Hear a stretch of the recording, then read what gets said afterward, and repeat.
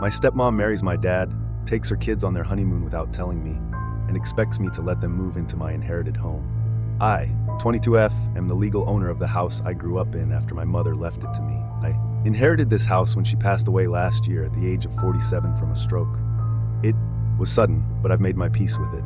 Parents got divorced when I was 7 and had joint custody, so I spent half the month with my dad and the other half with my mom. I was much closer to my mother because she just got me, while my dad, 50M, was always too busy. He never seemed to treat me as a priority because it was always either work or women for him. I didn't mind as long as I had my mom. A couple of years ago, right after I turned 18 and started college, my dad decided to move to Houston for work. We started seeing each other less, only meeting during the holidays. 2 years ago, he brought his then girlfriend, Julia, 38F, to celebrate Christmas with us. She brought her 2 daughters, ages 18 and 16, from a previous relationship. That was a surprise because my dad had never brought a girlfriend to family events, but we welcomed them warmly. Julia and her daughters were sweet and polite, and we all got along well. After my mother passed, I learned she had left the house to me.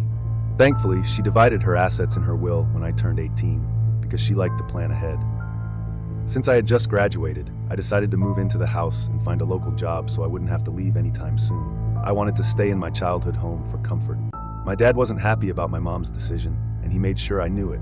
Although he was sweet and supportive around the funeral, I could tell he wasn't pleased when he realized he wasn't getting the house back. My parents had purchased the house together, but my mom kept it during the divorce as part of the settlement. She gave up her career to raise me while my dad focused on his job, so it was fair that she took the house. My mom worked hard afterward to make sure I never felt sidelined, and I didn't think my dad had a right to be annoyed. After the funeral, he and Julia returned to Houston, and I lived alone in the house. 6 months ago, my dad told me he was engaged to Julia and wanted to get married near his old home. He asked to stay in my house for the weeks leading up to the wedding because it was more practical than staying in a hotel. Julia's daughters were homeschooled, so schooling wouldn't be an issue.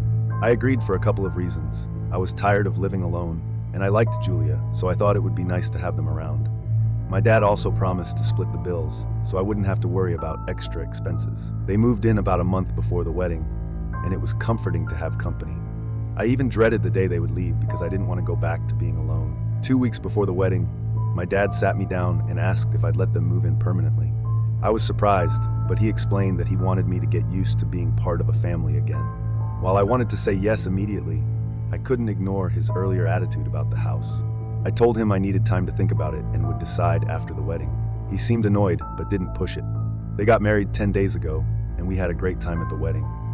They planned to stay a couple more days before returning to Houston, so I was preparing to let them know my decision, which was a yes.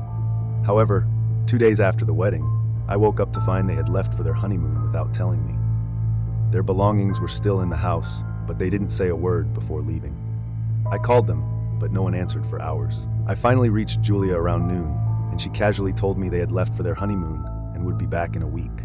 If you enjoyed this video, consider liking my video.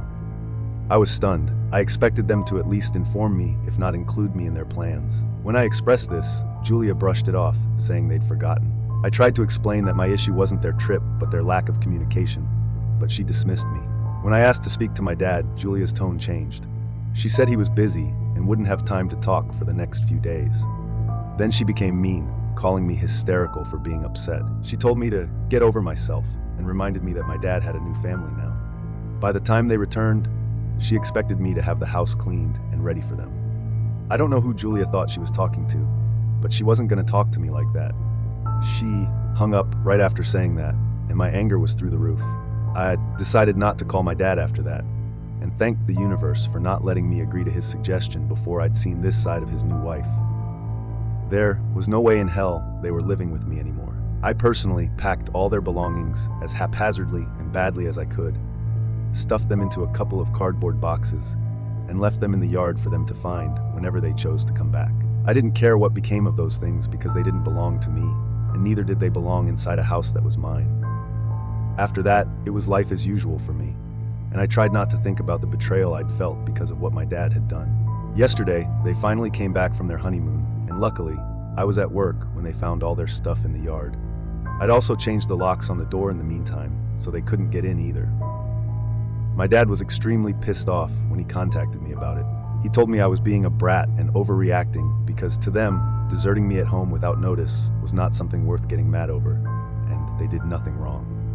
I just told him to take their boxes and leave, and if I saw them on my property when I came back home, I'd call the police. He cursed at me and then hung up, but I had to get back to work and couldn't waste my time worrying about that.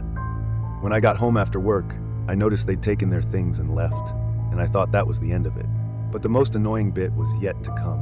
Around midnight, my dad called me up and told me Julia had something to say to me. She told me she was sorry about the way she spoke to me and that she took it all back. She said she'd love to have a second shot at making amends with me and didn't want to be on bad terms with me over something so petty. I told her to shut the hell up and leave me alone because I didn't need her fake apologies. I'm not a fool, and I could tell why she suddenly wanted to play happy family now that I wasn't going to let them live with me anymore. If she had any regrets, she wouldn't have waited so long to realize she'd messed up and would have apologized right after the phone call that day, or even during her vacation, for that matter. I'm sure my dad isn't sorry either. When he realized I wasn't going to forgive them, he decided to go all sentimental on me, telling me I was heartless for not allowing them to live with me. He said he was willing to split all the bills with me if I let him move back in, but he wanted to live in this house since it reminded him of my mother. Don't miss out on the journey to 1,000 subscribers. Hit that subscribe button now and be part of something big before everyone else. According to him, it would be selfish of me to kick them out without thinking of the repercussions because he'd only come back to feel closer to my mother. He even said Julia had just been in a bad mood that day and didn't mean anything she said. Apparently, her kids missed me too and wanted me to let them have a fresh start here. I wasn't having any of it. I'd always known my dad had his eye on this house ever since the divorce, and now that I'd seen this side of Julia, I didn't want to risk anything. I told him they could go back home because I wasn't changing my mind. Then, out of nowhere, my dad started bawling his eyes out on the phone, accusing me of being the most selfish daughter ever because I couldn't even let him live in the house where he'd spent the happiest days of his life. He said my mother would hate this ugly side of me. He called me petty and mean, insisting the argument with Julia wasn't enough reason to throw them out. But this wasn't just about that one argument. It was about their disregard for me and the way they treated me.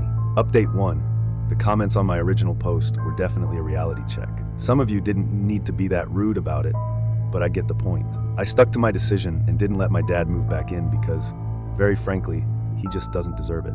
He's been nothing but awful to me so far, and I don't need more of that in my life.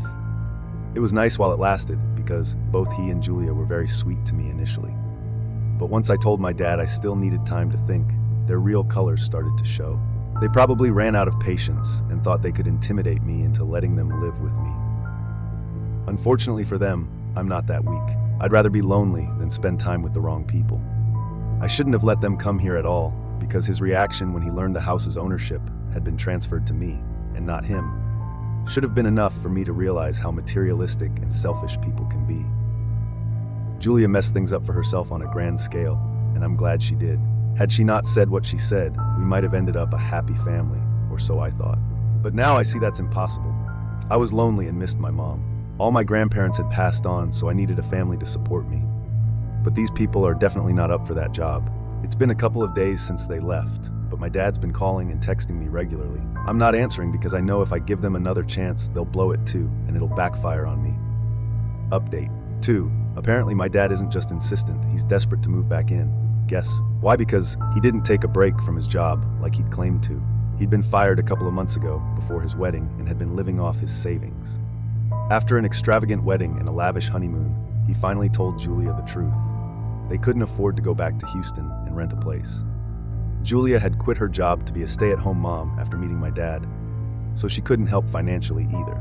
Now, they needed to find a place here, and my dad just assumed I'd let them live with me.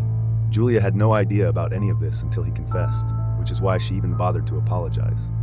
So I was right about her not having any real regrets. She's as fake as they come, but honestly, that's the kind of wife my dad deserves. Today, he contacted me again, requesting to let them stay for just a couple of days until he found a proper job that paid well enough for them to afford to move out. I told him I was going to do no such thing. They'd been nasty to me, and I didn't need that kind of negativity in my life.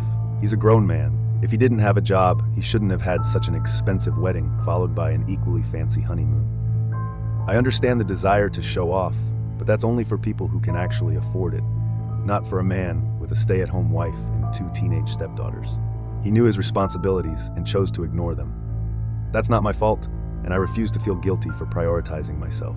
I texted him back, explaining everything I've written here, but I was more polite because I didn't want to come off as mocking him. Still, he took it as mockery and told me I'd have to suffer for what I was doing to him. I didn't respond. At this point, no matter what I say, he'll twist it around to blame me, so it's better to stay silent and let him wallow in his misery. None of this is my problem anymore. Update 3.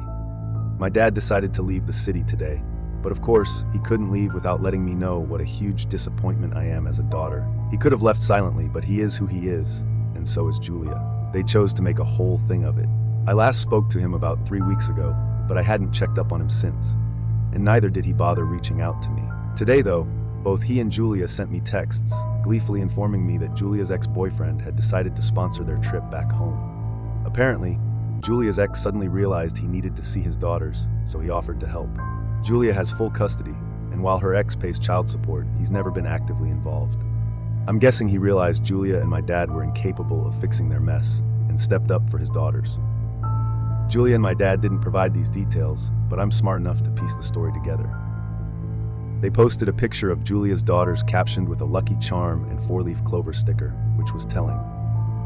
I don't know why Julia's ex agreed to sponsor everyone's tickets, but I suspect Julia's manipulation had something to do with it.